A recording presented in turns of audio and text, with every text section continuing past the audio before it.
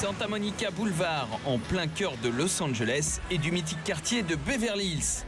Un client vient d'entrer dans une concession automobile comme on en trouve des centaines dans le coin.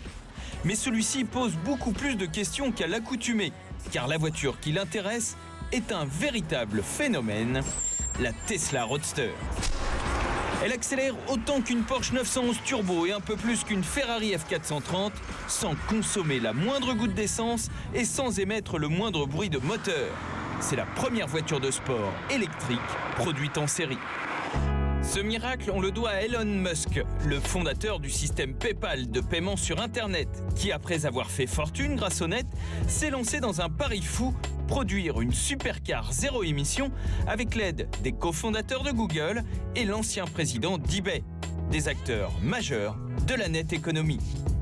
Pas étonnant qu'avec une telle Dream Team, de nombreux clients aient déjà été séduits. Tesla a enregistré plus de 1300 commandes fermes. Les clients d'un tel roadster sont des gens convaincus. Ils défendent l'environnement, quoi qu'il arrive. Alors c'est vrai que nous avons des clients célèbres. Par exemple, George Clooney et le gouverneur Arnold Schwarzenegger, pour ne citer que. Et pour concevoir la Tesla, c'est la base de la Lotus Elise qui a été retenue. Pour sa légèreté, complètement redessinée, on ne reconnaît presque plus la petite anglaise, du moins à l'extérieur. Et c'est réussi, elle est vraiment jolie la Tesla. En revanche, l'habitacle, lui, reprend celui de la Lotus. Seule une finition légèrement plus cossue que l'original le différencie. Du coup, l'équipement est classique, sans fioritures, mais avec tout de même un système de navigation et la clim. Alors évidemment, sur une voiture électrique, on ne dit pas faire le plein, on dit recharger. Ce que nous allons faire, vous voyez ici, ils ont un chargeur spécial. On ouvre la trappe, comme sur une voiture normale. Vous voyez ici, il y a une lumière qui éclaire la prise. Et puis, c'est tout simple. On connecte l'embout comme ça. Vous voyez que la lumière a changé de couleur. Ensuite, je pousse ce bouton et la charge commence. La charge de la batterie se fait donc sur du 220 volts et 70 ampères. Elle prend 3 à 4 heures. Si l'ampérage est plus faible, évidemment, c'est un petit peu plus long. Mais sur le 220, si vous la laissez charger la nuit, par exemple, le lendemain matin, vous partez tranquille. Après 3 heures de charge, la Tesla est donc prête à l'emploi. Et là, toutes nos références automobiles volent en éclats.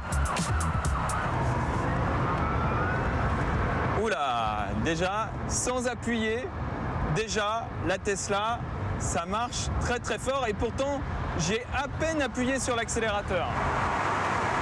Alors, ce qui est incroyable dans la Tesla, c'est que comme évidemment, elle n'émet aucun bruit, quand nous sommes comme ça sur l'autoroute, surtout sur une 4 voies américaine en plein Los Angeles, les autres voitures paraissent extrêmement bruyantes.